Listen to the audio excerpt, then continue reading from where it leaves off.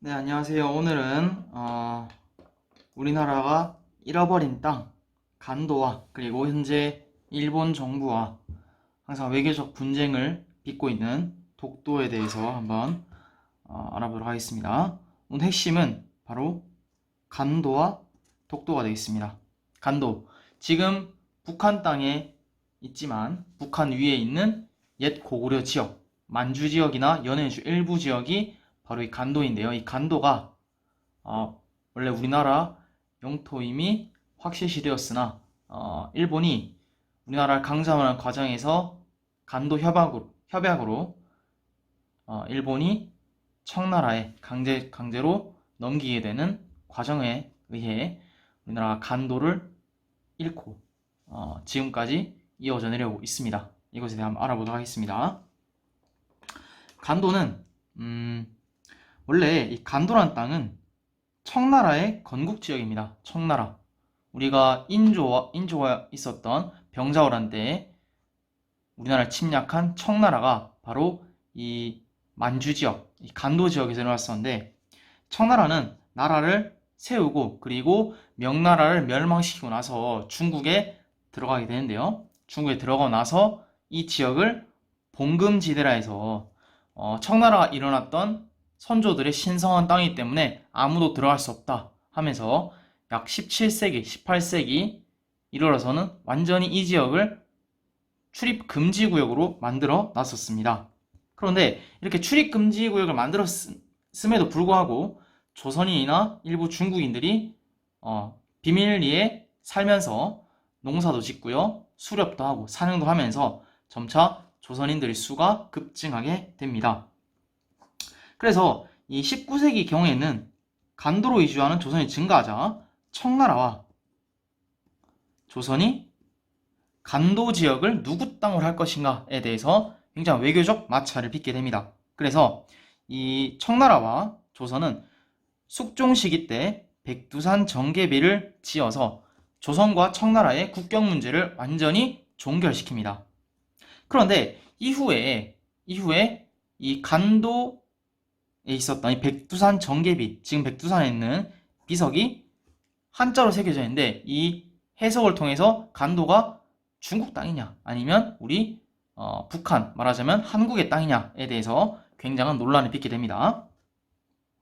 그래서 이 비석을 보면요, 뭐 한자로는 서위 압록 그리고 동위 토문 이렇게 되어 있습니다.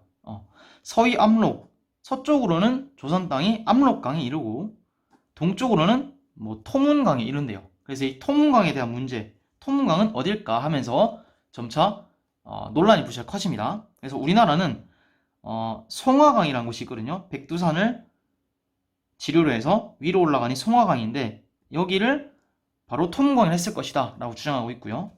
그리고 중국 측은 무슨 소리냐, 토문강, 두만강 음도 비슷하지 않느냐 해서 두만강으로 보고 있으면서 굉장히 외교적인 마찰로 일어나고 있었는데, 이런 외교적 마찰이 있었음에도 불구하고 이것이 종결되는 사건이 등장을 합니다.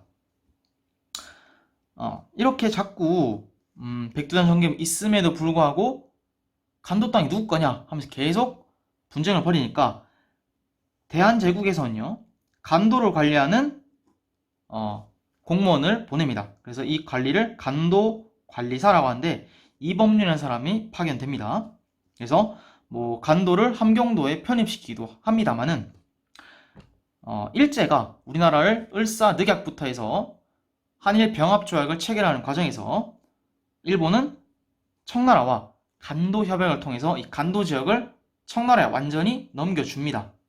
그래서 일본은요, 우리나라가 을사늑약으로 외교권이 빼앗겼었는데 이 점을 이용해서 대한제국은 전혀 이런 간도 협약에 대해서 외교적으로 말을 꺼낼 수 없었습니다. 그래서 일본은 간도를 중국에 넘겨주는 대신에 만주 지역의 철도 부설권, 철도를 만들 수 있는 권한, 그리고 탄광 채굴권을 줌으로써 만주에 대해 미래에 대한 이 침략 발판을 마련하고 청나라의 간도 영유권을 인정해줘 버립니다. 그래서 우리나라는 이 간도 지역을 송두리째 잃고 맙니다.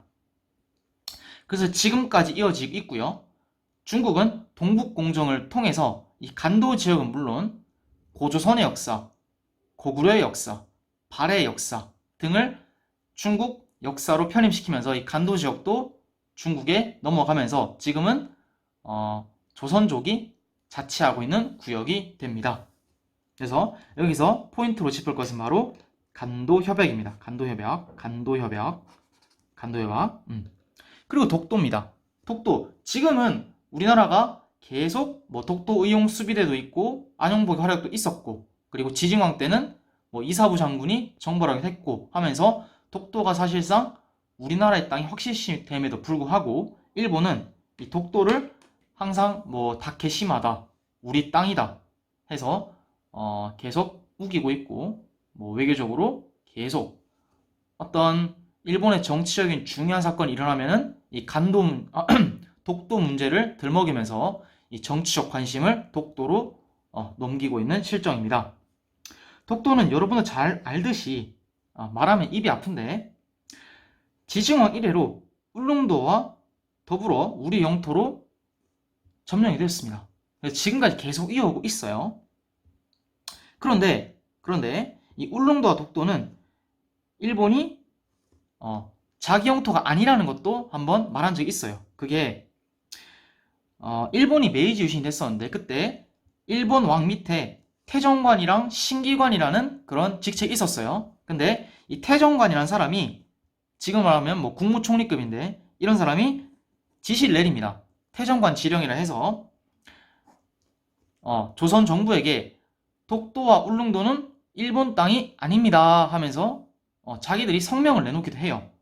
그러면서 그렇겠다 싶어가지고 넘어갔었는데 그럼에도 불구하고 계속 일본 어부들이 왔다 갔다 고기를 캐가기도 하고요, 해적지도 하고요 하면 계속 노략질 하니까 이 대한제국에서는 칙령 41호 이걸 내려서 독도가 우리 땅임을 명백하게 명시를 합니다. 그래서 이 칙령 41호를 내렸던 1900년 10월 25일을 독도의 날로 지금도 기리고 있습니다. 10월 25일입니다.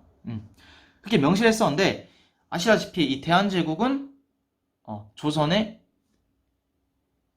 후발 국가인데 대한제국은 일본이 외교권을 강탈하고 주권을 완전히 빼앗는 과정에서 이 러일 전쟁이 벌어졌었는데 이때 일본은 러일 전쟁 때 한일 의정서를 빌미로 해서 모든 조선의 군사적 기지, 모든 지역을 무제한으로 이용할 수 있는데 이때 독도를 군사적 목적으로 무주지 선점 원칙을 제시합니다. 그래서 아무도 없는 빈 섬이기 때문에 이거는 우리 일본의 땅이다 하면서 강제로 일본 영토로 편입시킵니다. 그래서 일본은 이 조항을 근거로 계속 주장하고 있습니다. 독도는 일본 땅이다. 우리로서는 굉장히 어이없고 불합리한 대처일 수밖에 없습니다. 그렇게 해서 일단은 넘어갔습니다. 그리고 일제강점기가 오면서 약 36년 동안 계속 일본 영토로 있었습니다. 그러나 일본이 2차 세계대전을 일으키고요, 일본이 미국의 히로시마, 나가사키의 원자폭탄을 맞으면서 일본이 연합국에 항복하자 일본이 미국에 점령하에 있으면서 일본이 불법적으로 군사적으로 점령했던 조선과 말하자면 한국과 이 대만 지역에 있었던 모든 땅을 잃게 되는데 이때 다시 울릉도와 독도는 우리나라의 품으로 돌아오게 됩니다. 그래서 지금까지 이어져 오고 있습니다. 그래서 여기서 포인트는 일본이 태정관 지령 이런 걸 내려서 자기 땅이 아니라고 말한 적도 있고 또한 러일 전쟁 때 강제로 일본이 가져갔다. 그리고 2차 세계대전 이후에 일본이 미국에 패망하면서 완전히 한국에게 다시 넘겨줬다 라고 아시면 되겠습니다. 말하자면 독도는 한국 땅입니다. 여러분 너무 잘 아시죠? 한국 땅입니다. 그 다음 사료 한번 볼게요. 여기 나오는 게 태정관 지령이라는 게 있는데요. 태정관 지령. 말하자면 일본에 지금 아베 총리 이런 사람이 있는데 하여튼 이런 사람이 독도는 일본 땅이 아닙니다 라고 했는 문서가 바로 이 태정관지령입니다. 또한 연합국, 그러니까 미국으로 대표되는 이 연합국이 최고사령관 각서에서 여기 좀 잘 안 보이는데 여기 한국과 일본의 경계선이 있는데 이쪽을 경계로 해서 여기 울릉도와 독도가 있거든요. 여기서 울릉도와 독도는 한국 땅이고 이 이외는 일본 땅이라고 명백히 또 규정을 했습니다. 어떻게 보더라도 국제법상으로 보더라도 역사상으로 보더라도 독도는 한국 땅입니다. 이것을 명백히 주장하고 있는데 일본은 항상 자국의 정치적 위협을 외부로 표출시킴으로써 내부에 있는 정치적 문제를 외부로 들먹여서 자국의 문제를 해결하는 이런 정치적 스탠스를 보이고 있었습니다. 말하자면 독도는 한국 땅입니다. 다시 한번 강조하겠습니다. 독도는 한국 땅. 이상입니다.